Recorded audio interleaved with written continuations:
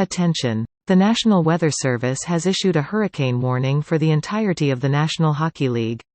Please stay tuned for further information from the Storm Cellar. Good morning. Welcome to the Storm Cellar. Mikko Rantanen and Taylor Hall. Caniacs, I guess Caniacs are welcome as well, but especially Mikko and Taylor. I'm not saying a lot happened since our last recording, but I am saying arguably the biggest trade in Canes history. I'm not saying the most important. I would still say that's probably the Rod Brind'Amour deal, but the biggest trade in Canes history, maybe in the league in the last 10, 15, 20 years would not be out of the realm here, happened. And it happened to the Canes in GMET, right? Eric Tulsky basically is at the poker table pushing his chips to the middle. I don't know if I'd call it an all-in move, but it's awfully close. I mean, if this was no limit Texas Hold'em poker, GMET is feeling really good about his hand. So Mikko Rantanen, Ray, I mean, I'm still reeling, man. I don't know how you feel, but I'm still in shock. Are you saying something happened over the last couple of days?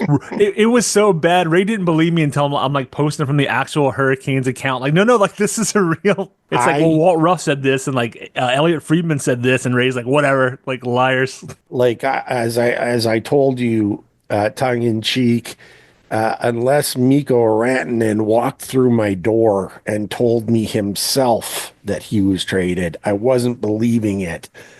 Even until it just seemed out of reach, seemed too crazy for me to grasp because of the way everything unfolded.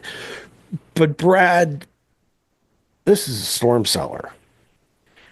And we have a thing. What we do is we open the door to the Storm Cellar and Caniacs come in and have a chit chat, and that's more important to our show.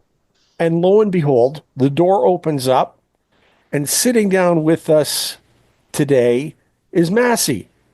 Massi, Hi. how you doing? I'm doing fine. Welcome. Thank you. Awesome. Now You picked a good week. I know it Yes. just happened to work out that way, but I'm just saying this is a much more fun episode, I think, than some of the more recent ones. Yeah, 100%. So what we do in the Storm Cellar, of course, the focus is on the Caniacs. And as much as we will focus on the biggest trade in Hurricanes history, our focus is the Caniacs first. The fuel to the fire of the team and the players. Mikko Rantanen is going to find out, as will Taylor Hall.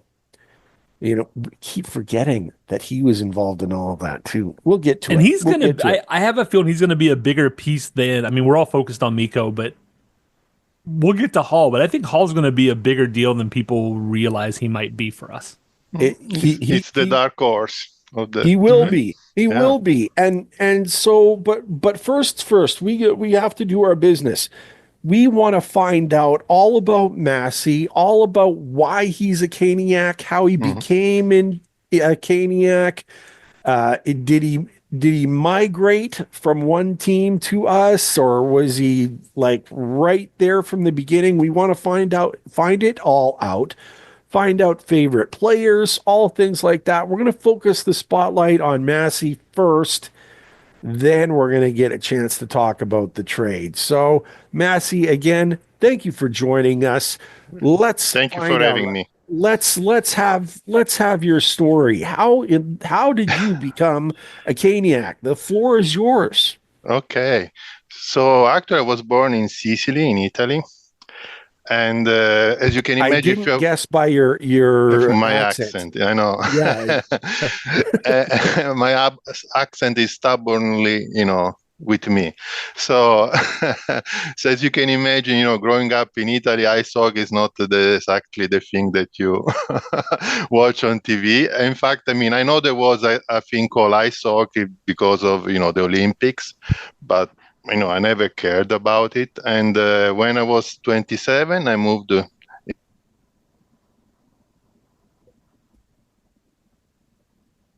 into Dallas, actually then PhD. And that's so one of the things that I realized that, oh my God, I don't know exactly how to speak English. I need to improve my English. And so I started watching TV. What can I watch on TV? I like sports, so let's see what I can watch on TV that I like. And I didn't like football at all because there were so many commercials and it was so slow. Basket was so and so. And then I just randomly stumbled upon hockey. And those were the Dallas Stars on 98. So where the Dallas Stars, when they won the cup, so they were the Mike Modano, Brett Hall, Dallas Stars. Nice. So they were, and so that's how I got hooked up into hockey. It was something that was fun to watch. At the beginning, I didn't understand anything, not only the game, but also what they were saying because it was so fast.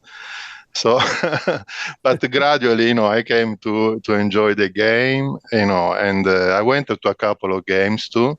But because I was just a PhD student, so I only went to a regular season game. I never went to see a playoff game. Then between one thing and another, I went after my PhD. I went to Europe again. Then I came back, and then around 2007, I came here in North Carolina to work at Duke. And that was so up all the time. I was still a Dallas Stars fan because of course. And then I know, of course, there were the Carolina Hurricanes that just won the cup, but then they started basically after they won the cup, they started a long sucky period. And so I was still a Dallas Stars fan, and occasionally I was going to the PNC Arena, now Lenovo Center, to watch some Hurricanes game because I loved hockey and I wanted to see hockey. I was going always when the Stars were visiting. And so gradually I got got to grow to be fond of the Canes in some sense. But still they were suck. And, if you can compare the experience now with what was there, I mean, you can really tell the difference. When I was going, before COVID, essentially, when you were going to the games was a much more subdued experience than what it is now. So if anything, already, if you whatever you can say of Rob Brindam or I don't know if we win the cup, but they completely changed the experience of going at games. It's fun to go at Carolina Hurricanes games now. It was not, during the sucky period, but you could tell, when I started notice that things were going to change, it's like when they draft Howe. You could tell that Howe was special and things were, and then it's Levin. Oh, okay, Zvechnikov. Okay, things are gonna, trend in a positive way for this team. And so up to COVID, I was still a Dallas Star fan, but I was like, okay, I like also, I want Canes to do good. After COVID, I think a part of me was like, I need to get out of the house. One. Two, I had now a good job. And so, maybe I can afford to become a season ticket, holder. And so I said, okay. And was also something to do with my daughter. At the time was one of my daughter. At the time she was 7. So I like, hey, let's do some, let's get out of the house and go see some hockey. And it worked. So after, the first year, when it was the first year when they came back to the 82 games regular season again, like after there was the COVID weirdness and then the season with the 54 games, I think, or something like that. Yeah. And so when they come back to the 82, I started being a season ticket holder. And I am still now. And and that's where I started to be actively Carolina Hurricanes fan. Still, I mean, if Carolina doesn't win, I still want Dallas to win. But Carolina Dallas is one of my favorite team teams. Yes. For sure. And I was thinking, the Coast Chaos thing of last year's. Actually, the Dallas Stars of Lindy Ruff era, they were really the Coast Chaos team. I mean, that team could score like 4 goals in like or being scored for, or, or give up for 4 goals in in 5 minutes any time of the game. So that to me that was real. Cause chaos was the Lindy Ruff Dallas Stars. That was real. They embraced the chaos, total chaos. They were fun to watch. The Dallas Stars, Lindy Ruff Dallas Stars, they were really fun to watch. And they could have won a cup. I think that if, an extra save or two, I think they could have won a cup because they had the pieces. See, this is probably the most unique story that we've ever had, Brad. And first of all, Massi, a bit of a globetrotter, but the thing that really speaks to me and is becoming a season ticket holder and as a means to get closer with your daughter in an experience like that, that is so awesome. A dad with a daughter, myself, I brought her to games in Edmonton when Carolina was playing. She fell in love with Jeff Skinner. And she just having that dad-daughter experience, I think it's magical. There's nothing more important, really, and to have that bond, I know, it actually, I say, bigger than just being a Hurricane fan, being a Caniac. The means to bring your family and that relationship closer together. Yes. I have to commend you. And the nice thing is I see how she's getting the game. Because when we started, she was 7. So, 7 years old, okay, whatever, I'm going out, doing some fun things. But, the more we go, you can see in her, like she's getting the game. She's understanding the game at a different level, as she grows up and she goes to more games. Yeah, sorry, I want to tell you just one favorite anecdote. Sure. Yeah. Remember the 6-4 longest game in the NHL, the 4th overtime loss against Florida Panthers. I was really sad, but we were there with my daughter, and then I discovered the next day she was, the talk of the school because she was so proud because we came home at 3 o'clock, at 3 a.m. and now and everybody saying, "What did you do?" "Oh, I went to the game."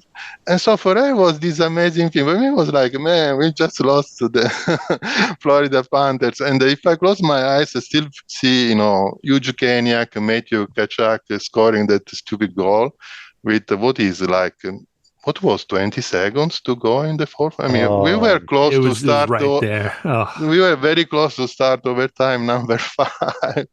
But then I realized, hey, for my daughter, this was this was one of the coolest, thing ever to happen to her. So that's okay, that's that good.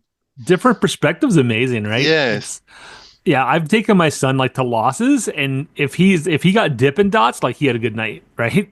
I was just gonna say lost, but it's fine. I got Dippin' Dots, Dad. When you're a kid like that, it's the Dippin' Dots and the treats and everything going on around you. There's so much to see and experience. And there's some guys skating around on the ice, and sometimes everyone jumps up and cheers and. But to Massey's point, now, I was talking about the Mikko trade with, just letting my family know. I'm like, they probably won't be super interested, but hey, And my son has asked me questions, and he's like, "Well, why would Chicago do that? Why would they take on salary for a 3rd round pick?" And also, very, very interested in the behind the scenes, the contracts and things. We talked for maybe 45 minutes about how the trade worked and why would teams do these things. That was really cool because a couple years ago, Dippin' Dots, and now it's but so you did this and then you did this and that's really smart. It was really smart, right? So very cool. That progression. Sully's not alone asking what Chicago was doing. I think everyone was asking what the heck they were doing, clearly in this one. But we will get to this further on. Massi, I've got to ask you, Yes. and I'll ask it twice. Your favorite hurricane and your daughter's favorite hurricane, unless they're the same, Okay. because I just got to know. Okay, I start with my daughter. My daughter is still, and I'm a little bit sad too that Nino Niederreiter is not an hurricane. Yes. So my daughter's favorite was Nino Niederreiter. Now I think it's between Barnes and Svechnikov for my daughter. Nice. But yeah, I think Nino should be back. I don't know why. Nice. A lot of people were upset when he left. Yeah. But he's doing well in Winnipeg, so No maybe question. they're doing really, really well. For me, I have to say Piotr. And for the same reason that your last guest said, he's the swagger. And I think we need a little bit of that in this team. And it's just fun to watch. I mean, every time he loses the stick, I mean, I laugh. It's I know that probably, now that I'm on Blue Sky, I know that Wade Minter, goes nuts every time Piotr loses the sticks. But to me, it's just a feature. It's not a bug. And it's like, yeah, please do it more. That's awesome. It's like, I want to see that, that type of thing. Or when he does the poke check, I mean, like, I know, and the people goes nuts, like he's gonna do, but to me it's fun. That's why you watch the game, like it's, I don't know, I think Caroline actually might need a little bit more of that to go through the hurdle, not just the two guys that we are talking about soon. We need a little bit more of that attitude, kind of in your face, little bit in your face attitude. Yeah, which more it reminds me a little bit, because I'm also a Dallas Stars, fan of Eddie Belfour. Eddie Belfour had, the Dallas Stars goalie of the Eagle. Yeah, he had that. You had that, in your in your face attitude. He had a lot of that. A lot more than Piotr, but it was fun to watch. I think the Vegas line on the number of times Piotr loses his stick in the game is slowly dropping. It used to be around 12, and now I'd say if it was in Vegas, it's 5. That would be my guess of what the Vegas line is. And you're picking over or under how many times he's going to lose his stick in that. And I'm glad you like it. It makes me nuts. It makes me crazy. But he's got a certain style, and it's his thing. And you are absolutely right. It is his thing. He owns it. The things he does, it makes you shake your head. But I think it's his unpredictable aspect is what actually makes him pretty darn good.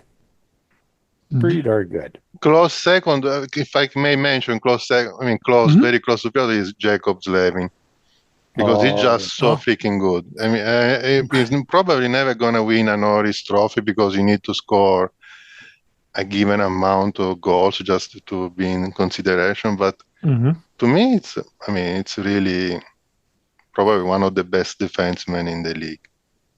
100%. Great pick.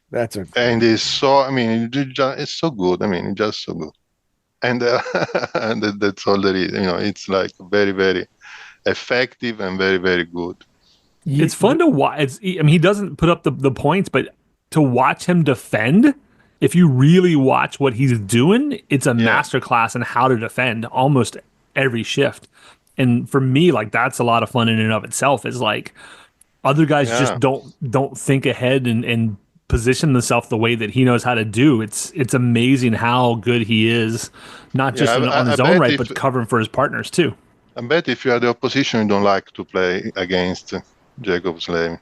They don't. They say it all the time, and I think the one thing that, aside from his just lockdown abilities Mhm. and the underratedness of it, I don't know about you, but in really tense games, there is a bit of calm that comes over me when he's on the ice.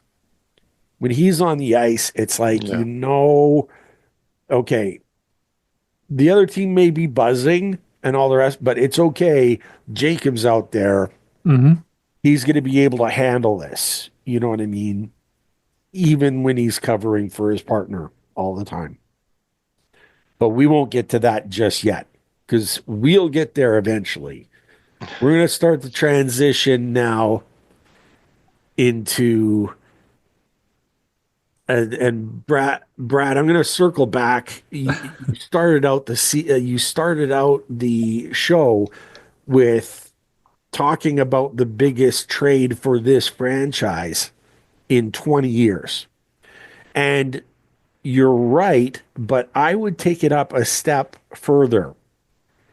There has not been a trade this big featuring a player with more than a point in a game per game than in 1996 when Wayne Gretzky was traded from the Kings to St. Louis. That is the last time that there has been a trade of this importance, this big. And That's nuts. it I is mean, nuts. that should put context around how big this trade is. It It's, absolutely does. I mean, so thanks to Fleury Shea, Katie is joined Blue Sky finally, and she was asking the question: is this the biggest trade in Kane's history? Not the most important, right? Not the most, because I think most people agree. Like the Rob Brindamore trade set up everything that's come since. Like that's the most important trade in the history of the franchise. Is this the biggest trade? I think unequivocally, and with what you're saying, when the next thing you can look at is Wayne Gretzky at a point per game being traded, that was, I mean, we're 25, 30 years ago now. This just doesn't happen in the NHL, right? You Yeah. see big stars move in the NBA. You see sometimes that happen in the NFL. I don't watch those, but I sometimes hear the big stuff. But when's the last time a top five scorer got moved mid-season? I To mean, me, like you say, Yeah. like Wayne Gretzky, and he's been retired for 30. You know what I mean? This is huge in terms of a lot of things. One is the players you're getting and what you're giving up. Two is, especially if he resigns, that's a huge augmentation to this is a destination. We've been saying that for a few years. Players now want to come here. They know they can come here. They know they can have success. If you trade for Mikko Rantanen and then make a deep cup run and he resigns, or you get lucky and you win the cup, like in terms of elevating the status of the entire franchise, goal accomplished. You know what I mean? Like whether or not you win the cup is almost irrelevant. If he resigns here and he's like, no, I'm going to be here for another 8 years, that's enormous. And not to discount Taylor Hall because I think he's going to be a critical part of this trade, but I mean, it's Mikko Rantanen. I mean, I'm still buzzing about it. So, it's um, to me yeah, you guys share some thoughts, and then I have a couple things to circle back to in a the few thing minutes. to me which that is hilariously good is that it's I think like 1.3 points per game in the playoff. I mean, forget about the Yeah, he regular gets season. better. He gets Who better in the cares? I mean, playoffs. it's 1.3 points per game in the playoff. There are only the only thing that gathering all the reading here there. Like, is the fourth active in terms of active player is the fourth in that list of points per game in the playoff. The guys above them are the usual suspect that you can imagine, like Sure. McDavid, Draisaitl, and McKinnon, and that's it. And then there is Rantanen. I mean, what else you? I don't know. How can you get more bigger than like unless Edmonton is like, okay, I want to trade McDavid, which is not never gonna happen. But Yeah. unless you do that, I mean, Well, and the thing with this, I think if you were to make the comparison in Edmonton, I wouldn't say McDavid, although that's a great idea. I'd say it would be Draisaitl. Draisaitl was number two behind the ultimate superstar in some call McJesus. We'll call him McDavid. McKinnon, who I think is this season's MVP, and his partner in crime, Mikko Rantanen, when they put those two on the ice, it formidable. Like you could not make even the tiniest mistake. And there is also Kale McCarr with them. yes, So yes, you just throw to him add in there as well, just to make it worse, right? For make it worse. Yeah. opposition.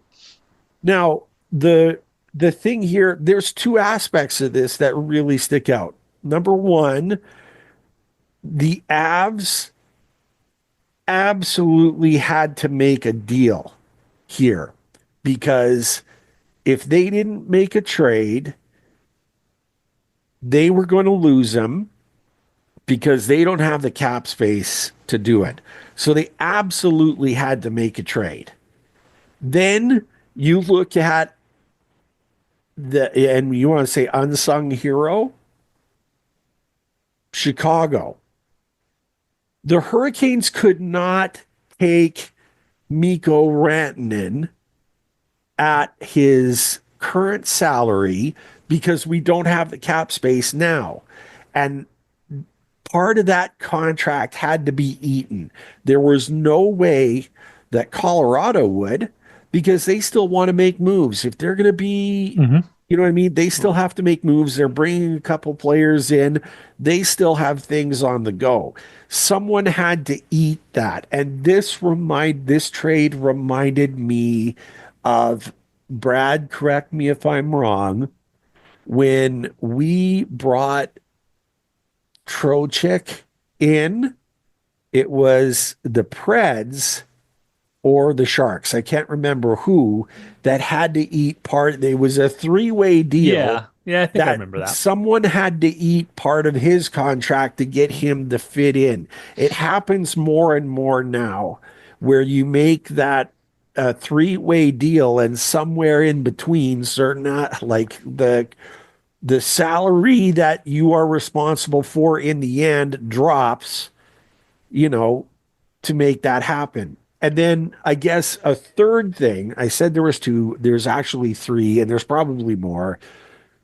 The third aspect of this that really makes me happy is when in the season this deal was done.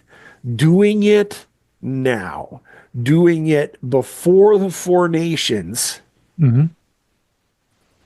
you give Mikko Rantanen all sorts of time to get used to Rod's system, to get used to new line mates, and really gear things up and ready to go. The price for Mikko Rantanen could only have gone up for him the closer we get to the deadline. So pulling the trigger now is why Eric Tulsky has blown my mind as to how great he is. He is the smartest person in any room, and he is the euphemism, he's playing chess while everyone's playing checkers. He's playing chess and everyone else is playing snakes and ladders. I mean, it is unbelievable what he is doing.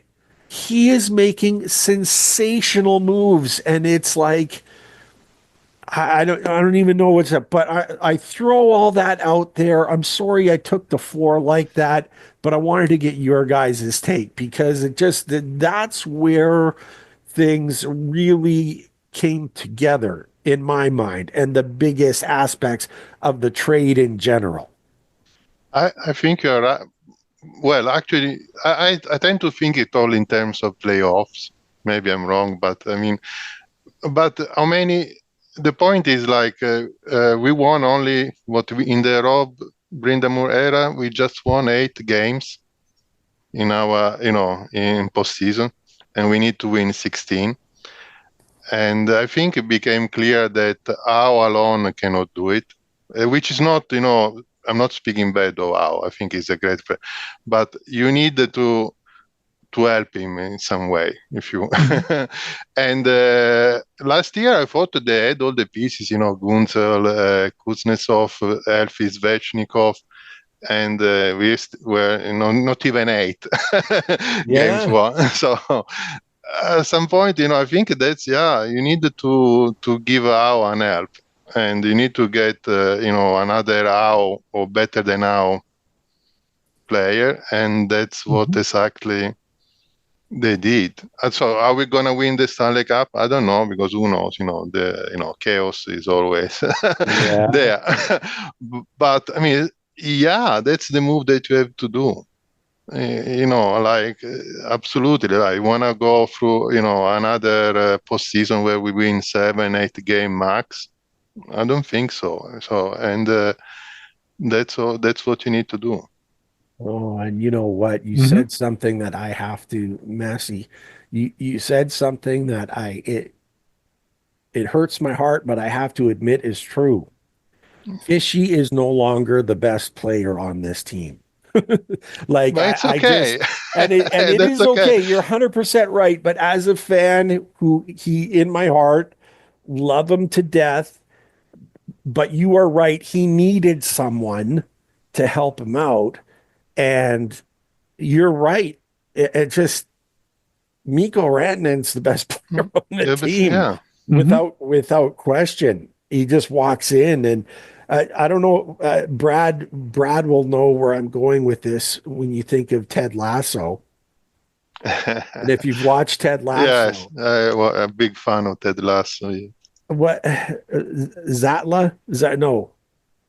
Zlatan, it was called Zlatan or something. I know what you mean. Yes. Zava. Zava, yes. Yeah. Mikko Rantanen is Ted Lasso's Zava.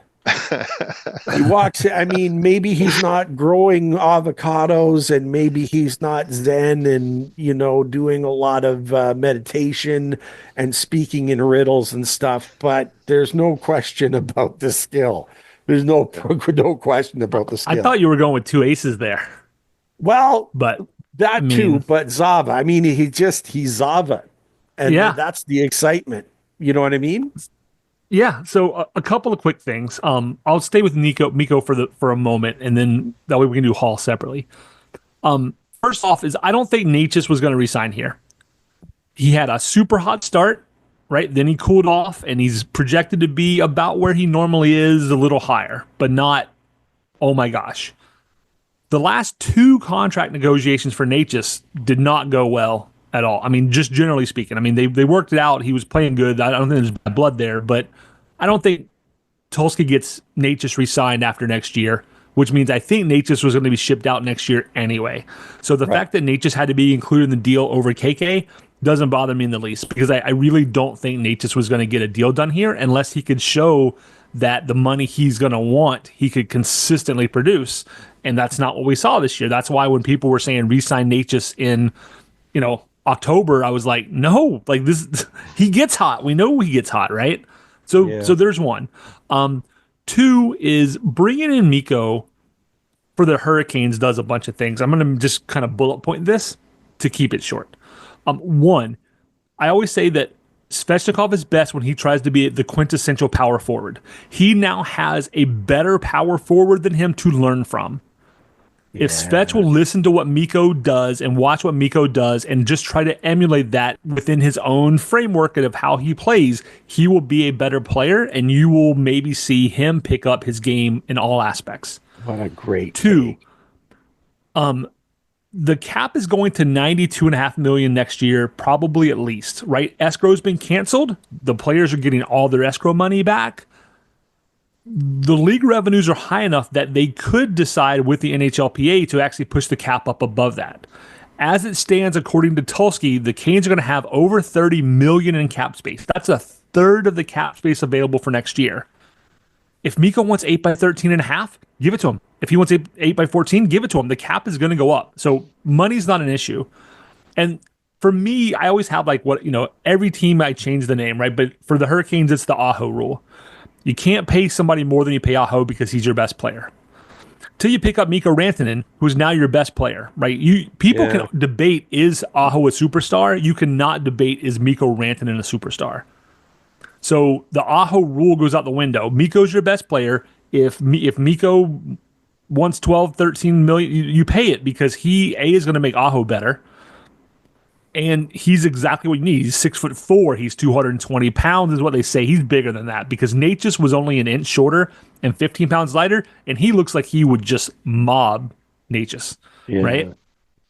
If Rantanen wants the keys of the Lenovo Center, you just give it to them. You do. I mean, he's that good of a talent. He really is. He's that good of a talent. You say yes. It's yours. Do what In you want. addition to all the cap space, Nikishin hopefully will be here.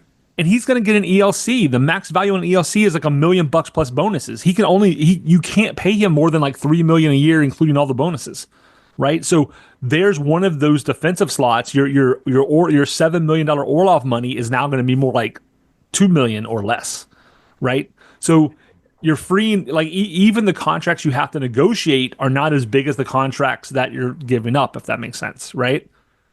So even with all of those points, I mean, Mikko Rantanen is a game changer. He can come. Last night, he's never practiced with the team, and he had like 4 shots that could have easily gone in.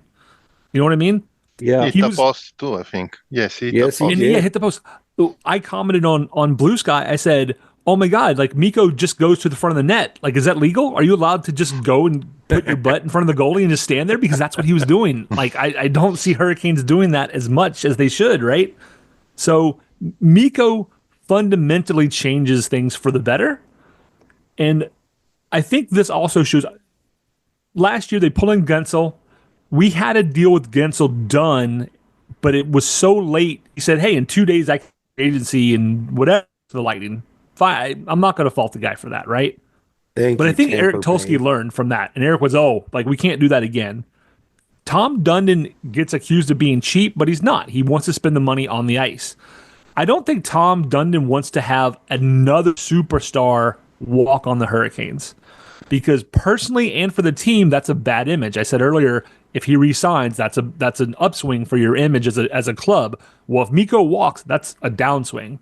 So I think they will do pretty much anything they can within reason. And by reason, I don't mean Tom's reason. I mean the players' reasoning to get this deal done and re-sign Mikko. The other thing is, just to bring up is people are, I've already started seeing like, it's Crosby to the Avalanche. They freed up the cap space. Landeskog, their captain, has been gone for 2-3 years now. He's on the books. He's trying to return. If he returns, that's $7 million in cap space.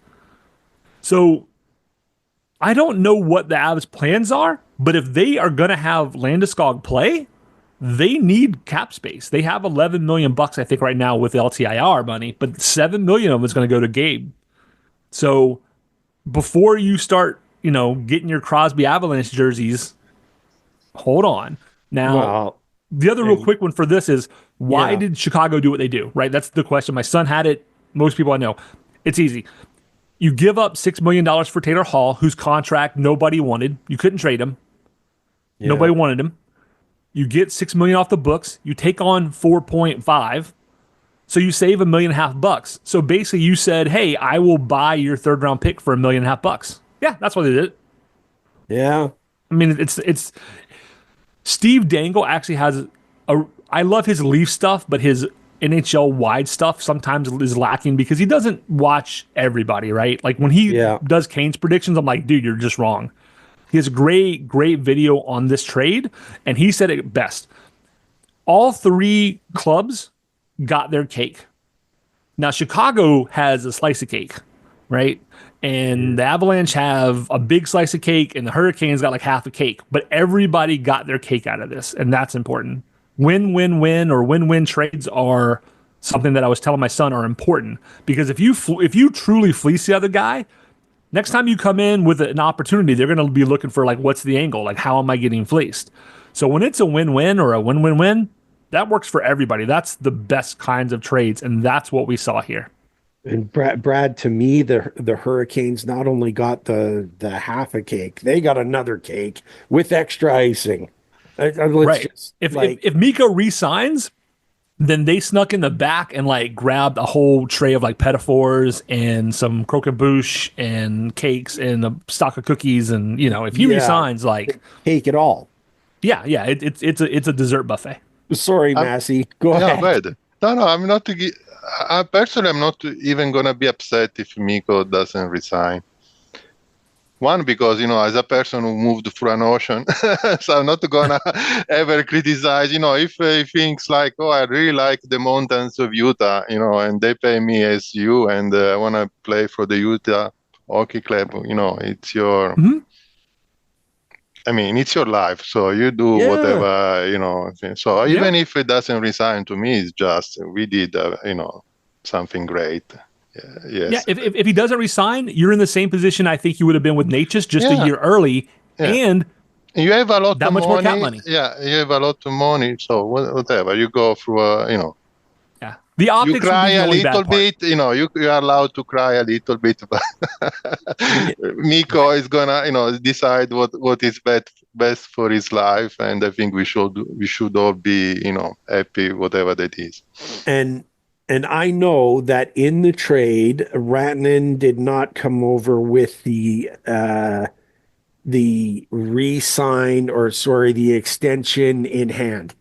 Like it was just as it is. There was no, yes, you're going to get the extension 2 guarantee. But I'm telling you right now, I'm going on record, mark the tape. The extension is happening. I think the extension is happening. And like I was thinking in my head, 2 weeks. In 2 weeks, or at like after 4 Nations, the extension will be agreed to, and we'll have them locked in. That was just the thought in my head, that that's all it's going to take. That's the length of time it's going to take for this to get done. Because Frank, okay, you guys said 13.5, 14. I give him 15. I would give him 15. Whatever he asked for, Massi said it. Massi said it best of the three of us. You give him the keys to the Lenovo. That's exactly what you do. You give him the keys, and then you ask him if there's anything else that he wants, and you just roll it out for him and give it to him. And the big thing here is, so one is our friend Bailey Curtis. Bailey she covers the Avalanche, so she hears a lot of stuff. This apparently was a surprise to Mikko. Like they knew negotiations weren't going well, but apparently this kind of fell into his lap last minute. Because I've heard a couple rumblings about he didn't want to be here. And what I've heard in general is not that he didn't want to be here. It's that he was like, okay, I guess I'm going. Like it was sudden. But the other half of that is Carolina is the only team that can give him an 8-year deal. Everybody else is 7, right? So whereas if another team offers 7 times 14, you can offer 8 times 13.5 and still give him more money. Nobody can match your offer. That's the deal. Is you don't. The good news is you don't have to go to a number like 15. Probably I'm thinking 13.5 or 14 at the max will probably do it, because nobody else can offer him the extra year, and the extra year is going to be worth 13.5, $14 million. That's more than $1 million over a 7-year deal. It's almost $2 million. So everybody else can, Now, in and amongst all of this, and Massey's finding out firsthand how loquacious both of us can be. We have so much to talk about. And in and amongst all this, there's Taylor Hall also coming in. I know we want to take a little time to talk about that. but Necas and Drury are gone, and a couple of picks, but they're gone too. And there's stuff to talk about there. We'll start with Hall, and then we'll go about what we lose. Taylor Hall, who has a pedigree, you know what I mean? How he got roped into this. I mean, he playing in Chicago, he was not the Taylor Hall that everyone knows him to be. And in fact, he's not been the Taylor Hall that the pedigree shows to be for a few years. Let's be honest. His play has dropped, and it's his New Jersey years are behind him, but that's fine. Yeah, they are behind him. I think that again, Tulski just making magic happen, getting him involved in this as well, and where he fits in. He'll be like there's some terrible cliches that they use here. The not the redheaded stepchild, but it's like he's forgotten in all of this. Like he's honestly, he was no one talks about him as being a part of this. It's all Mikko, and we've kind of proven that for how much time we've spoken about him. But Taylor Hall and his fit in this lineup, what do you guys think? Like they put him in that third line. Massi, I'll go to you first. Yeah. Massi, like what do you think? Where does Taylor Hall fit in? KK, Svechnikov and all, they looked pretty good in the third. Didn't they? Yeah, they looked pretty good. I don't know if that, it's just basically one period and a half or something like that. But they look, so I don't know but they looked pretty good to me, and I think it's really the dark horse for me, Taylor Hall. They think that I think it's going to be better. Yes, you're right. Maybe it's not, the Taylor Hall of Edmonton or New Jersey, but he was also playing for Arizona and now for Boston. the Chicago. He had a couple good years in Boston, yeah. Yeah, but I don't know. I don't think it's fair to judge him, based on playing on the Blackhawks or the Coyotes. Not. Sorry, guy. No, the Blackhawks know they're bad. Their fans know they're terrible right now. They are not the best right now. So we've been there for 10 years. So, okay. Yeah. I think actually Taylor is going to maybe surprise us. And maybe, we want, at the end of the day, we want to resign him too. I really liked KK, Svech, Taylor in the last period. Mm-hmm. Is that going to be a thing? Absolutely no idea, but they looked pretty good. They did. You don't get selected, first overall for, especially in this era, where everybody, have data about everything, just you don't get selected first overall for as a blip. So he clearly has the tools to be a great player. Yes, he's not Mikko Rantanen. We got it, because that would be too much to ask. But yeah, he's better than Drury. Wow, yes. Sorry, Drury, but Drury, the Drury guys, you can always get them. Yeah. The Taylor Hall guys, they are more difficult. Way more. Sorry for. Again, I love Jack. It's not. I'm not trying to disparage a player, but the truth is that you can always grow or trade for a Drury guy. Yeah. And the Taylor Hall are more difficult to catch. The Rantanen are even more difficult to catch. Yeah. So, which applies also to Necas, if you think about it. Sure. Necas is like maybe I figured it out this year with respect to the other years. We don't know. Who knows? So I hope that he has figured it out and he has a great, career in Colorado by all means.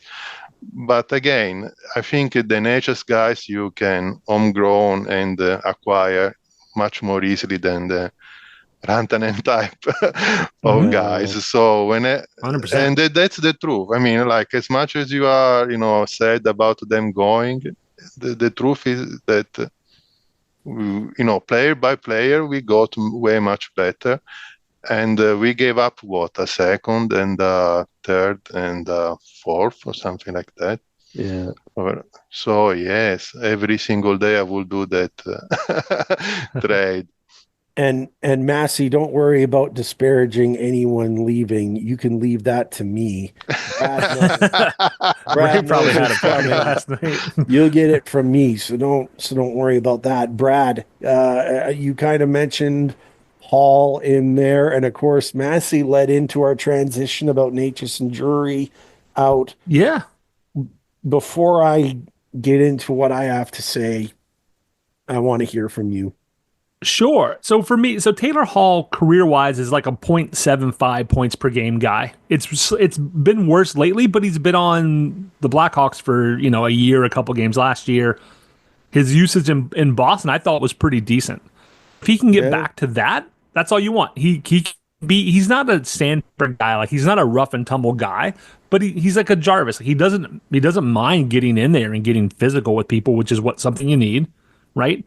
He's a veteran. Like he knows what it takes. He hasn't won a cup. Like he's going to want one. I think that motivation is there. He's willing to play in front of the net, right? He's got some leadership potential. So I think Hall could fit in really well. I mean, he's kind of all over the map defensively throughout his career, depending on who his line mates were. But I think in Carolina, he will go back to being a plus player. Like he's minus 15 in Chicago this year, but it's Chicago. I'm not going to fault anybody. I don't know what Bedard is. Bedard might be minus on the year in Chicago. Yeah, so, isn't that the best number on the Hawks this year? and the other part with Taylor Hall is he's not a guy who takes a ton of penalties. He's taken a lot more this year than he typically does. But once again, like on a Chicago team, I'm not going to judge him. So for a guy who can be a sandpaper guy, stay out of the box, and provide you with some hustle, that's all I really need. I think he might regain some scoring touch here with the right lines. Conversely, and kind of to move in and start maybe just to like memories. Love Jack Drury. My Drury memory is meeting during the Calder Cup finals. Get with him. I bought his goal puck that he scored in the Calder Cup. It's on my shelf, but he's also going to probably max out really as a third line center. A smart line center, but that's probably we were playing him as two because we didn't have another option. But I never felt like he really drove that the way that a real two should. And is it easier? Going back, is it easier to get 6 guys than top guys? Yes.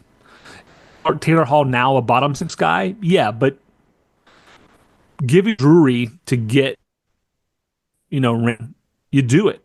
Is Necas something who could become a top player in the league? He has the talent. Mentally, I don't know that he's going to put it all together. I hope he does. Like I hope he goes out there and succeeds, other than when he's playing us. But Mikko Rantanen is already that guy, right? You're giving up 2 guys who have positive upside for a guy who is producing, and you just can't walk away from that. And then to get Taylor Hall back in that as well. And if we didn't need the salary retention, we probably wouldn't have picked up Hall. But I'm kind of glad it worked out that way, because I think that's going to be ultimately a boon for the Canes. It also gives you another body. I mean, with Jasper Fost giving up 71, I don't think he's coming back. Yeah, maybe ever. We knew he was out for the year, and it could be like maybe I'm reading too much into it. But for a guy to give up his number like in that way, I don't know why. I'm worried about Jasper's neck. I mean, a year out in a neck injury, and we don't even know specifically what it is, but that makes me worry long term for him. Kudos to Roslovic for giving up 96 and swapping to 98.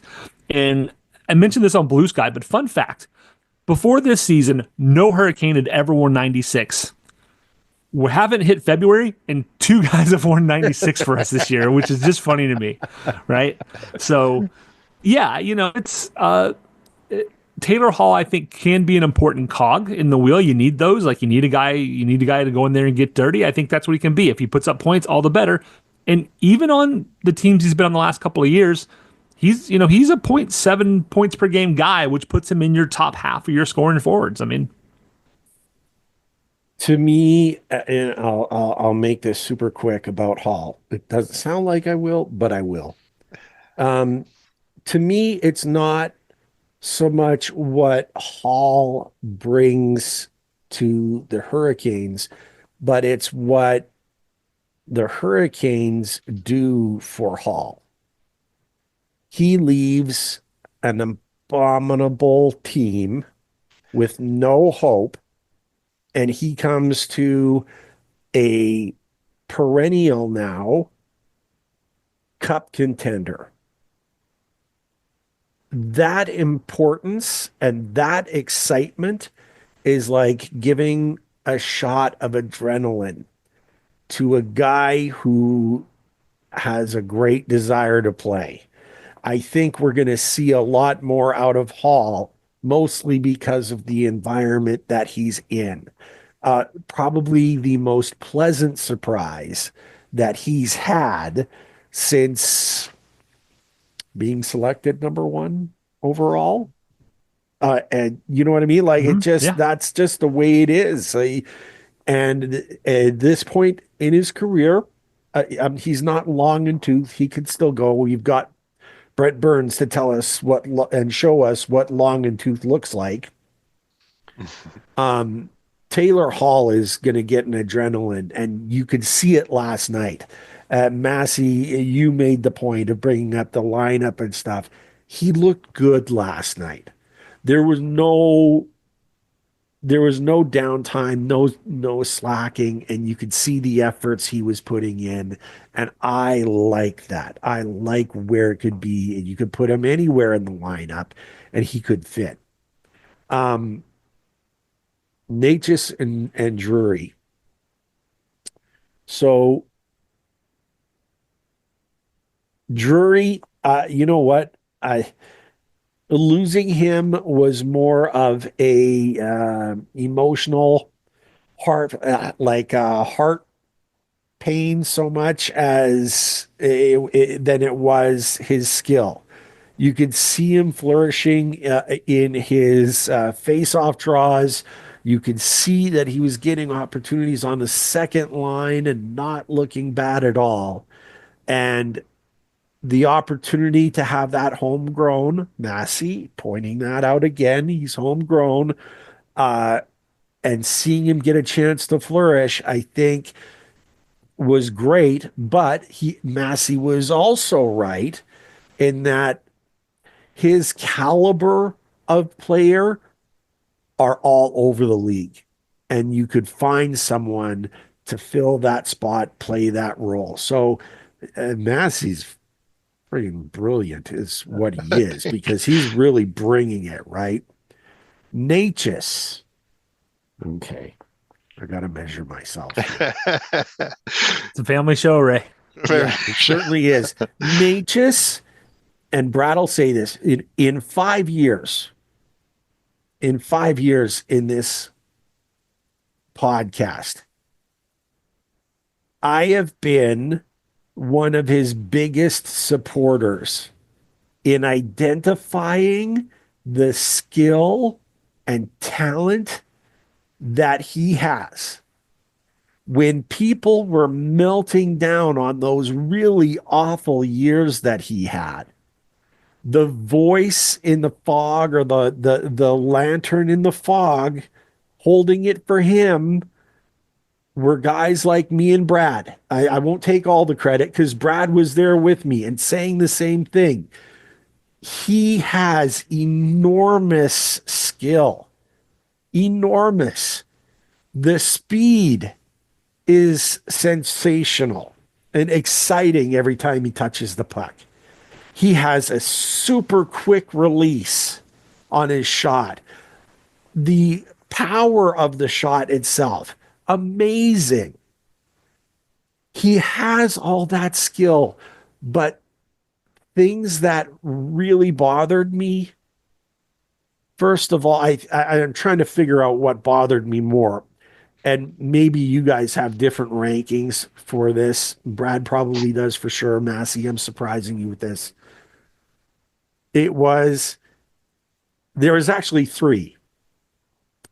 The drop passes to no one, which happened all the time. I had never actually noticed drop passes to no one until he came along and made it happen all the time. Two, and this is just my rule for players in general, his lack of focus on defensive responsibility. He likes to score. He likes to, dipsy doodle and triple sow cow over the blue lines. And he likes to do things that are fancy. But when the puck is going the other way after that drop pass to no one, he's complacent. He's not hustling back. You don't see Seth Jarvis doing that. Seth Jarvis turns the puck over. He tries to beat you down the ice to make sure it doesn't hurt, right? That's not in Necas's portfolio. It's just not. And last but not least, in my eye, is consistency. We saw at the start of this season everything that we said that he had. The quickness, the shots, the everything all coming together. It was beautiful. The first month and a half of the season is the Necas that we knew existed, but never got a chance to see on a consistent basis.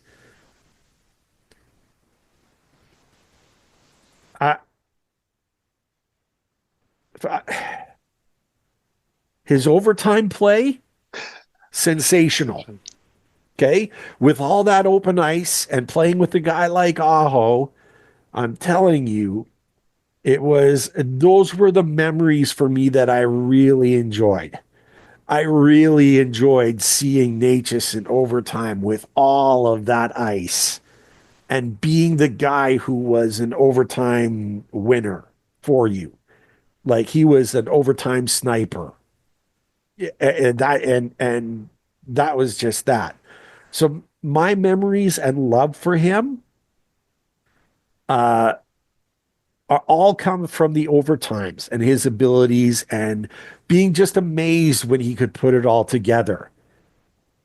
But I am delighted that he is gone. I don't have to throw my cup, my mug, my drink through my TV when he drop passes to no one for the 8th straight time. Like in one game, in one period. I don't have to see that anymore. Thank you. Thank you for your time. Enjoy your time in Colorado because they play more freewheeling anyway. So that's right in his wheelhouse too. That's going to be great. Okay. I said it was going to be short, but rant over. I apologize. Well, no, yeah, I'm not. You're not wrong. You're not wrong. Necas has the talent to be so good, and so when he does things that he's physically capable of, but doesn't seem to be mentally capable of, it's super frustrating. The number of drop passes that Ray and I have texted each other about that have they're infuriating. And countless. And if it's that somebody else was supposed to be there and they weren't, I would say, okay, like that I can at least understand, but it's happened so often with so many different line, you know what I mean? Like that's not it. Yeah. It's the same thing where it frustrates me with Kochetkov, whom I love. I adore Kochetkov. I never change, kid. Like, don't poke check 2 people in a row. But other than that, don't change. But it's because the talent is there. And I really I want the best for Necas. Like watching him and Aho together in OT is like watching Picasso. Like it's like watching the Sistine Chapel being painted. It's just you just have to sit there in awe. but it just never quite fit. And it's okay. Like, it's okay to be an octagonal peg. Don't force into a round hole. Just be an octagonal peg, and hopefully, the Avs will give him the opportunity to do that. So. Now, so you have any? I'm very happy for your health improvement, guys. So I'm very happy about that. To me, actually, and this brings me back to one thing that I forgot to say about my becoming a Canes fan. I got to see playoff hockey live for the first time. It's so much better and intense than normal hockey. It's like, whoa, it's something, it's like, it's just so amazing. Anyway, so which brings me to Necas. Yes, I agree with you. I'm not, I was not impacted. My health was not as impacted as you guys.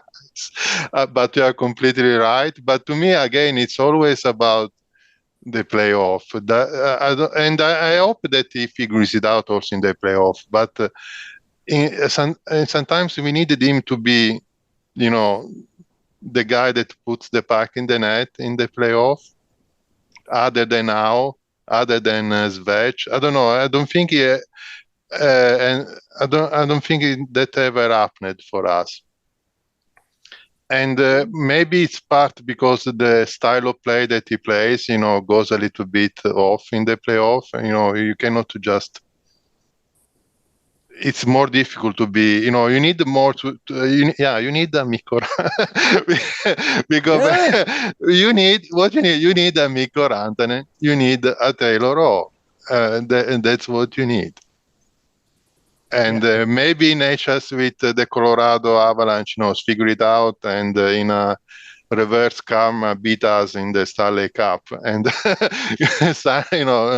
scoring the Stanley Cup goals for Colorado. I don't know, maybe that happens, but you need Mikko Rantanen, and you need a Taylor Hall, and all the best to Necas. But I think. And for people listening, you're much easier on him than I was. Necas, to Massi's point, he goes from almost a 0.8 points per game over the last 5 years in the regular season to 0.4 something or 0.5 in the playoffs. He doesn't disappear, but there's a huge drop off, which is not uncommon. Don't get me wrong; it's the playoffs. It's harder to score goals, but it's noticeable, more so than other guys on the team. Yeah, and and to your point, for the parents out there, it's a little different, but you get frustrated sometimes when your kids are capable and they're not doing, and you're like I know you can succeed. I want you to succeed. I know you can succeed. I'm frustrated because I don't know what the disconnect is, right? And I feel like, at least for me, that's where I feel like with most players it's I want you to be successful. I don't not like you. If there are players out there I don't like, I'm pretty honest about it. I don't like this person. They're not good at hockey, or I don't like them as a person, or whatever it's going to be. Necas is not one of those guys, right? It's I want you to succeed. You have the tools to succeed. Why aren't you succeeding? The only thing that's standing in your way seems to be you, and that's problematic. And we thought maybe last year, it may be also the system. So sorry to interrupt. It may be also the system, and and just. I don't know. Sometimes I think we are too hard on players, and they're just people trying to do. And we've said before, we thought it was the system. They're just people with all the, if we applied the same rules to ourselves, probably we would be out of a job so I tell fast. my kid all the time. So I think maybe in another team and with another setup, he's the guy. With a more run and gun system, I think he will get better. Yeah, you're 100% right. I don't know. I don't think it's the guy for us. But sorry, I didn't want to interrupt. Don't be sorry, Massi. Everything that you've said is great, and you said it much nicer than I did in the last little bit. It's just and Brad, you were right too. That was really the thing that made it so hard. Is why can we not make that connection to this? I did some electrician work when I was a kid growing up. And sometimes where you get a couple of wires together and you want it to connect, and so you have to tie the two wires together and you make that connection, you wrap them together, and now you've got a good flow of everything. To me, for him, it was like those two wires were just touching every now and again, and they're just the no consistency to lock in. And if someone could have found a way to join those two wires together, we wouldn't have been talking about this. Natchez would be our own version of. He just needed a wire nut.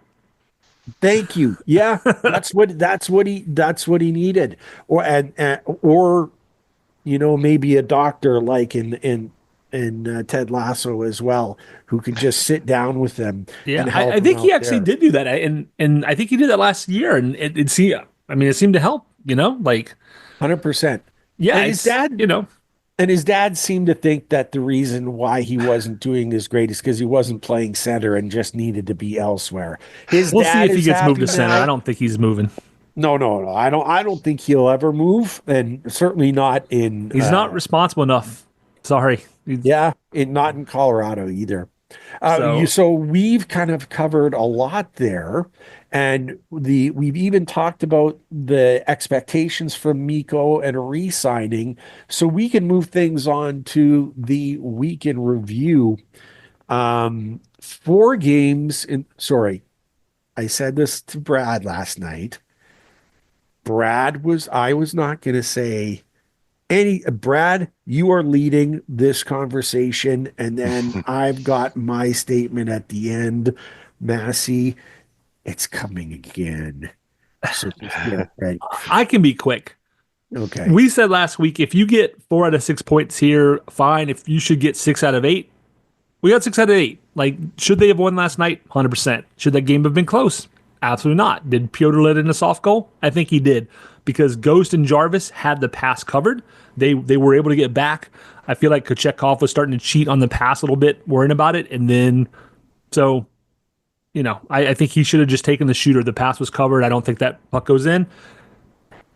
We had 2 new guys in the lineup and 2 of our most reliable people from a longevity standpoint, 2 guys who know the system, and Natchez and Drury weren't there. And you still, you still came away with a point. So 7 out of 8 points, and for after they've been playing 500, as much as I could complain, I'm not going to complain about last night for that fact alone. You got 7 out of 8. You put some distance between you and Columbus, and you and the Rags, and you and everybody else in the East. You're ahead of New Jersey. You got games in hand. Don't look a gift horse in the mouth, right? Just say awesome, thanks. Handshake, head nod, and then this coming week, Rags and Blackhawks. There you go. Massi, I'm letting you No, know. no, What did you think what totally, happened in those 4 games? totally agree with with Brad. We were discussing this before. Yeah, we lost. Who cares? It's just 1 point in,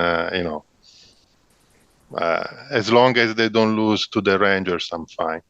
There you go. It's the thing You that can lose to the Hawks and Kings next week. Just don't lose to the I Rags. mean, We're 12 all happy. Hawks, 12 Carolina 0, I'm fine.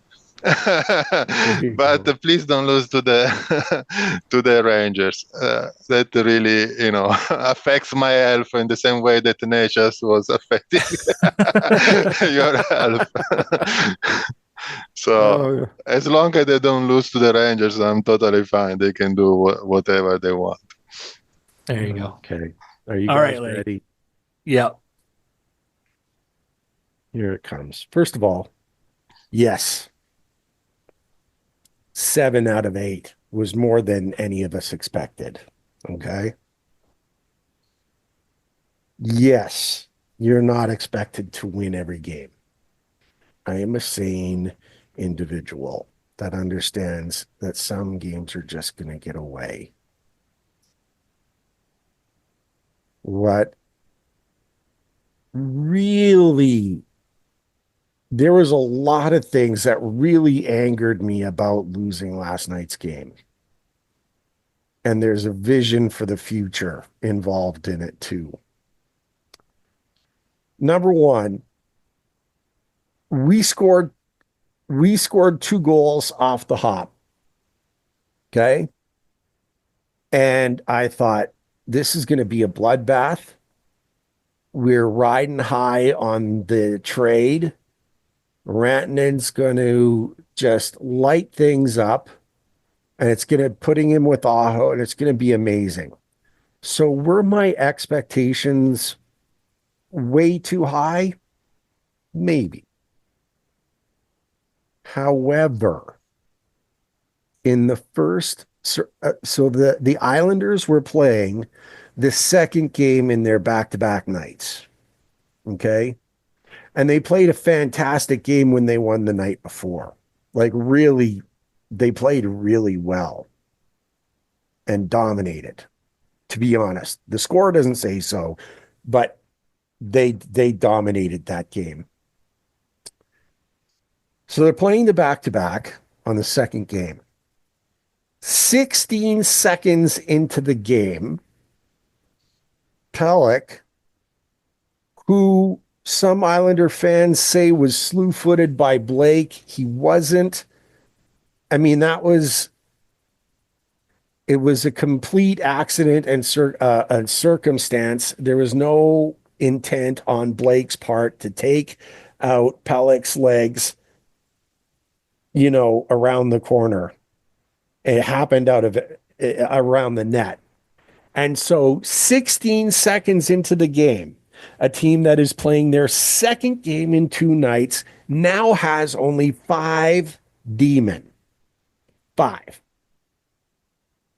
Playing against a team that can score a lot of goals and really grind the heck out of you. Like, really punish you. Like, the game that the Hurricanes play is it's fast. They forecheck you through the boards. Like, this is a game where it was just disaster. Okay. And the Islanders are going to say, meh, we've won 3 straight. They should have, they didn't fold. And to give credit to the Islanders, they did not fold. What did happen is that the boys scored those 2 goals. Was it 18 seconds apart, 20 seconds apart? Like, it was crazy how quick they were scored. And that should have been a sign of things to come. Instead, they eased off. For the life of them, they couldn't win a face-off. Obliterated in the dot. Like, not even close. It was 70 to 30% for the Islanders. It is brutal. A team like the Hurricanes, who are a puck control team, have to win the faceoffs. You cannot have a night like that where one of the goals, thank you, Brent Burns, for that ridiculous high stick to knock the puck down that was going way over his head. And he does it in the D, like in our defensive zone, which means the draw is in our end. Okay. When you're losing 70%, you don't want any draw in your end, because it means you're giving the other team control. And lo and behold, that ridiculous high stick, among all of the other things that Brent Burns has done, led to the goal that put them back in the game, that gave the Islanders a little bit of life. Okay? The Hurricanes started out every period with a little bit of jump.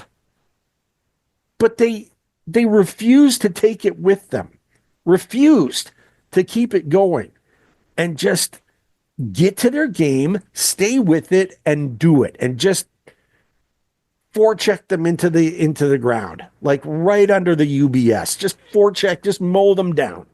That's what they should have done. Then, in and amongst all of that, I'm losing track because I'm getting angry again. I like how you get angry about a single game in the regular season. I cannot do that. Yeah, and this is Raymond, and I'll tell you this: you did not want to see the texts between Brad and I. This is the PG version. This is the PG version. This is the G version, actually. Yeah. Further, Rod Brindamore. I've never been angrier at him than I was last night, ever. Jackson Blake. Okay, sorry, I'm doing it backwards. Jackson Blake put on the first line with Aho and Rantanen, and Jackson Blake. He's doing great. I love him as a kid. Doing great. He is a rookie. And on the opening night that you have Mikko Rantanen with Aho Hall, what possesses you to put Jackson Blake on the same line with him when you can go full bore and make a real impression with the talent that is around Mikko? Mikko played with some amazing players, okay, in Colorado. If we want to extend him, we want to show him the talent around him. Jackson Blake is great. He is not Seth Jarvis. He is not Svechnikov. You want to make the perfect impression and show him just how much talent we have. And Jackson Blake, over and over again, caught behind the play, doing that thing that Svechnikov does sometimes when he gets behind. He reaches out with those long arms and tries to get a tag along on the player that's beat him down the ice. He didn't get any calls against him, but I'm telling you, at least 4 times was he like hooking a ride with the player that beat him down the ice. Now, so that's Jackson. Love him. He's not a first liner. Wouldn't be fun if Rantanen doesn't resign for us, citing that you made me play with Jackson Blake. so that's that. I just first impressions are everything. And to speak to that, I know that Mikko Rantanen is not a rookie, but our first home game is coming up. And I told this to Brad. I know he's not a rookie, but Lenovo is going to be packed just to get their eyes on him.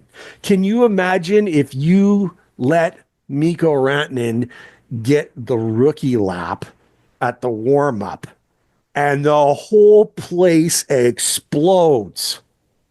Absolutely explodes and shows how much he's loved. They'll never do it, but it's a thought that came into my head, and I thought, can you imagine what it's going to be like just to give him that? Anyway, moving on. And real quick, just to add to that. Yeah. I went and got Dunkin' Donuts for my family this morning because it's Boston, and what else am I going to do? I realized I'm going to see Mikko and Aho together in Four Nations, but Mikko's one of us. I know, right? Isn't that great? I'm even more excited than I was. You're so lucky. I got the tickets for the Chicago game just because I didn't have them, and so I'm a half-season member, so you gotta be there, man. Yeah, I also said, I need to be there for for this. Let's squeeze in a Storm report if we're quick, Ray. Well, I'm still not done. Okay. I'm still not done because I do have a look into the future. Okay, so Rod Brindamore, we call him Rod Blendamore, even if he starts Jackson Blake at the start. Okay, it's Rod. He switches up the lines. So if you're 2-2 and you need a goal and you need a win, in the third period, Jackson Blake moves down and you put Jarvis up, and you go. and you 81 games push a year, hard not and 82. you win the game. Like you just win the game and my blood pressure comes down and the world is all right again. Now, I say all of that.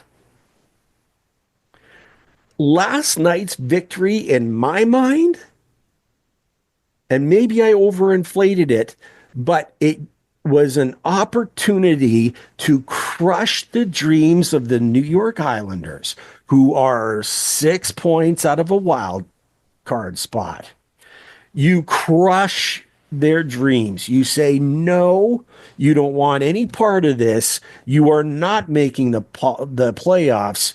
And since you're not making the playoffs, why not deal the Hurricanes Brock Nelson, the free agent number 2 face-off winner who is unbelievably talented and would fit perfectly in this lineup? If you are pushing all in, and there's no question Mikko Rantanen deal is pushing all in, add a 2C. And there is no player, there's one other player in the league in a situation very like Brock Nelson's, and that's Ryan O'Reilly in Nashville. No chance to make the playoffs. Make the deal.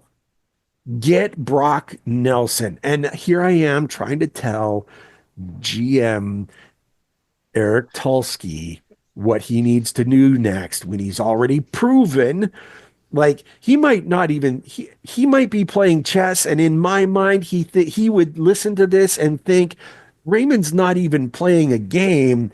He's out to lunch and should be wrapped up in a psych ward in a straitjacket. Like, honestly, it just crushed the Islanders and force them to really look at the trade and say, let's get something for Brock Nelson, final year of his contract. Let's get something. That was a win for Lou as future considerations. There you go. Thank you. Sorry. We'll help you get in the playoffs, and then you give us Brock Nelson. I know how ridiculous this rant is. Okay? No, it's not. I think we still need some swagger / little bit of meanness. So I don't know if that applies to Brock Nelson because I don't follow New York Islanders. Okay, but it might apply to Raleigh from Nashville. Yeah. Really, yeah. so there's something there. And this is not, I mean, good Lord, Brad, could you imagine if this was a loss to the team that shall not be named? You need to explain me. We have to wait to record a couple of days or something like. Can you explain me what is the team that? I'm sorry. I can tell him so you don't have to say the word. Thank you. Ray hates is probably a mild word. The Montreal Canadiens for a number of very, very valid reasons. So he doesn't even like to say the name. So he just calls them the team that must not be named. They're the they might make hockey the equivalent of Voldemort. They might make the postseason. Isn't that? I mean, and I like right at the tip of your neck when you think that you might projectile vomit. Like, for me to admit that Massi, you are 100% correct that they are playing their way into the playoffs. They are playing fantastic. Yeah.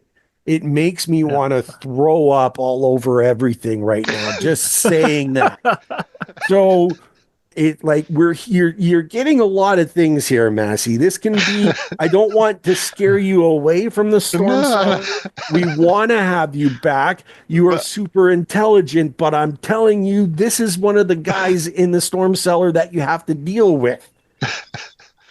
To me, I mean, your Montreal Canadiens are my New York Rangers. I really love them. I just cannot It's fun. You can call the Rags the team that shall not be named, and I'll know where you're coming from. Yes, If that's that's the if that's team that what you should not want to be. do. There And you also, go. I liked Martin St-Louis as a player, so Yeah, I'm I like him okay coaching with too. I Montreal. like him all around. Yeah. Okay. I have an Now, idea, Ray. rant Hold on, away. Ray. I got an I'm idea. sorry. Just for time, let's do a storm report, but we'll each take one. Oh, okay. Good idea. So maybe Massey can have the hurricane because that's the Yep. fun one to do. Yep. Do you want storm or do you want depression? I'm sorry, you need to explain me the storm report a little. Oh, bit sure, before- absolutely. sorry. Yeah, so Go the for it, Ray. storm report is we take a look at the team, what they're doing lately, how they're going, and we like we like weather forecasts, right? Oh, And so we place players or aspects of the team into three categories. There's the tropical depression, and depression is the key word there. mhm. The like really struggling, worst aspect really needs to change. Then there's the tropical storm. They are either on a downward trend or an upward trend, somewhere in between, not playing terrible, but maybe going in the wrong direction or just ramping up to get to the hurricane, which is the best aspect, right? Okay. What the best aspect, best player, it's your choice. There's all sorts of things. So that's how we do it. It's a little fun way to play with the Okay. whole hurricane, motto or vibe, right? The weather forecaster, we like to it's fun. forecast that way. It's Okay, a I little like fun thing that we do. So I think tropical well- depression for the hurricanes then? You want well, me to? So I think we'll each do one. We normally all three do all three, but I think we'll each take one just for time. Yeah, Which we're one would running you long. like to do? Let me ask you that. Would you like to do depression, storm, or hurricane? Depression, okay. Okay, you go don't for have it. to. You can do the storm. You can do depression. No, Which one- so what's wrong with the worst aspect of the Canes? What makes you depressed when you watch the games? Yeah, go for it. Wow. No, to me it's really what makes me depressed is really I'm sorry guys, I'm all about the playoff because for me going to the regular season is just fun. And like win or lose, because sometimes there are it's even when worst game for nothing Minnesota Wild again, where we really sucked from start to finish. Okay, I was out of the house, so it's hard for me to get depressed even if when we basically suck for the entire game. But yeah, are we? And my concern is are we enough? Did we do enough? Sorry, to get over the hump. Yes, we fixed the scoring goal thing. I think with Rantanen and all. Are we able to fix the not getting one? Because I cannot. I mean, last year wouldn't have been nice if Freddie had made one save. One out of those three. What was 3 goals that Chris Kreider gently gave to us? I mean, so do we have? And I'm a big Piotr fan, so I think that it's time to give the keys of the car to Piotr and let it go. But still, I think, but I don't know what else you can do there in goal. Who else is there that is going to make us... who is the Mikko Rantanen or the Taylor Hall goalkeeper that is available for a trade? I don't know. That's a great point. Yeah. That's a great point. Brad, That's what depresses me. Like, maybe we're gonna, maybe we needed the one save more and they didn't come. Get to the playoffs and see what happens. I like it. Brad, I was so negative. I want to finish on an upswing. So, do you mind if I have the hurricane? No, not at all. So for me, tropical storm, um, it kind of fits. It could go a couple of places. Our power play is on a downswing, which sounds weird because we've been complaining about it for a while. But our power play in January is at 5.7%, Oof. 1 in 20, and you only get 2, maybe 3 a game usually. So figure it out. Since December 9th, when the Hurricanes power play was number 2 in the league, December 9th, that's almost 2 months ago or a month and a half ago, they fell that far. 9.6% in 9.4% since December 9th. The power play is trending down from not good to abominable. So, Yeah, not much more for me to say about that. there you go. And so I'm going to finish on a high note. The Hurricane, quickly becoming one of my favorites, challenging Fishy for one of my favorites. And it's low hanging fruit, but it needs to be stated. Seth Jarvis. Seth Jarvis, first of all, everything about him and the way he plays, he doesn't take an off night at all. That 4-point game earlier this week was a masterclass of effort, hustle, passing skill, scoring skill, back checking. It was everything that I love about a hockey player who gives you the proverbial 190% every night, every shift, not a single shift off. Even in the games where Jarvis doesn't score, you know that he is just doing everything he can. On the penalty kill, knowing that Jarvis is on the ice makes me happy because Aho's out there with him, and there are going to be one, maybe two 2-on-1s or breakaways, shorthanded opportunities to score. And he is playing. There are so many people. Sorry, I'm making this long again, and I apologize. There were a lot of Canadians who saw the selection of Seth Jarvis to Team Canada for Four Nations and said, oh my God, there's so many other people that would be better. Tom Wilson in Washington, all of these other players that they thought deserved it more.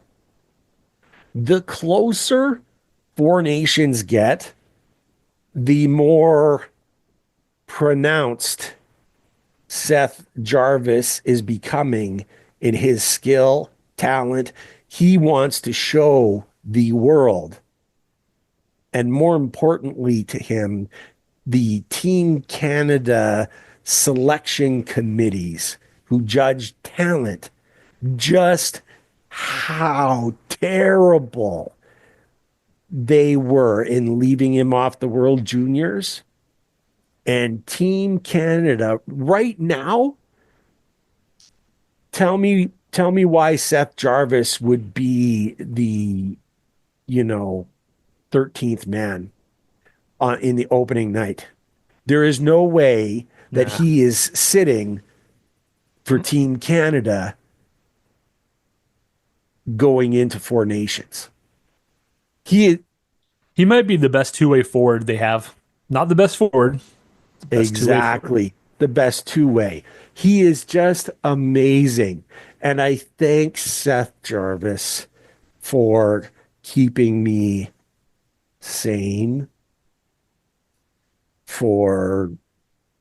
because you guys and everyone who listens to this show has got an example of just how nuts I can get.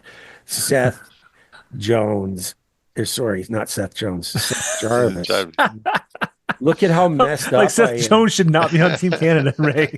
No, he shouldn't. No, Seth Jarvis is like a soothing balm to my aids and my aches and pains and scars. He makes things better just watching him. Seth Jarvis is a hurricane through and through, and I'm so thankful that he is on a long contract. I don't ever want to let him go. Like Jacob Slavin and like Aho, they need to be Hurricanes for life. Ugh, I made it through. I made it through this. Good job, Ray. Massey, I Yes. have to tell you, it was so great to have you here for this Oh, episode. thank you. I Yeah, Thank it you was very super much. fun. I mean, it was so fun. much, and I apologize. Not all Canadians are as nuts as I am. I promise you. Brad is the sane one of the two of us. I don't know about that.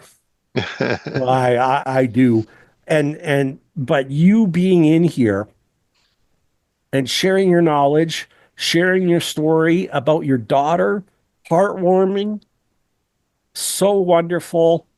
Yeah, Season ticket holder. I mean, and everything that's about you why. is great. Yeah, and that's the real thing. Like we're discussing. I think I don't know. Like Steve Dangle, like the Leafs are making their life worse. His life worse. The Canes are not making my life worse. I mean, I'm enjoying going to you should be nice to win a Stanley Cup. Yes, absolutely. I mean, no, but me and my daughter going to the games is just fantastic. Whatever It's it awesome. happens. I mean, Thank you for the amazing that's the real reason, essentially. The rest is, if we win the Stanley Cup is, like the icing on the cake, but I already got my cake. So There you go. Oh my God, what a wonderful way to end this, Brad. Brad, are we wrong? I mean, Massey, would you be willing to come back and join us? Yes, I promise of I'm course. not always this nuts, I suppose, but we would love to I'm have you curious back. to learn why you hate Montreal so much. I'll we don't tell have you time for all that. off. We don't have time. That's Yeah, another 3 man. hours. But I got work tomorrow. I will share you. I will share you when we're off air. I will absolutely share you with you off air. Brad, what a great show, huh? Yeah, beauty, man. I think we did a pretty good job covering it. There are a lot of other great podcasts out there that maybe beat us to the punch to talk about this monumental deal, biggest deal in NHL history since 1996, at least. Certainly the biggest in our franchise. Yeah, I'm gonna tune into some too because I want to see what other people are saying. I try not to on the weekends before we record because I don't want to be influenced. I don't want to just be echoing other people's thoughts. But now I'm kind of interested. So check out Surgecast. A storm tracker is going to be great. Of course, there's so Locked on many Hurricanes, the daily that Zach does. Yeah, there's so many out there. Check them all out. It's going to be great. We hope that you'll come back and listen to us too. But Brad, there's only one thing left to do. We've covered so much, and there's only one thing left to do. Yep. Go Canes. Go Canes. Go Canes.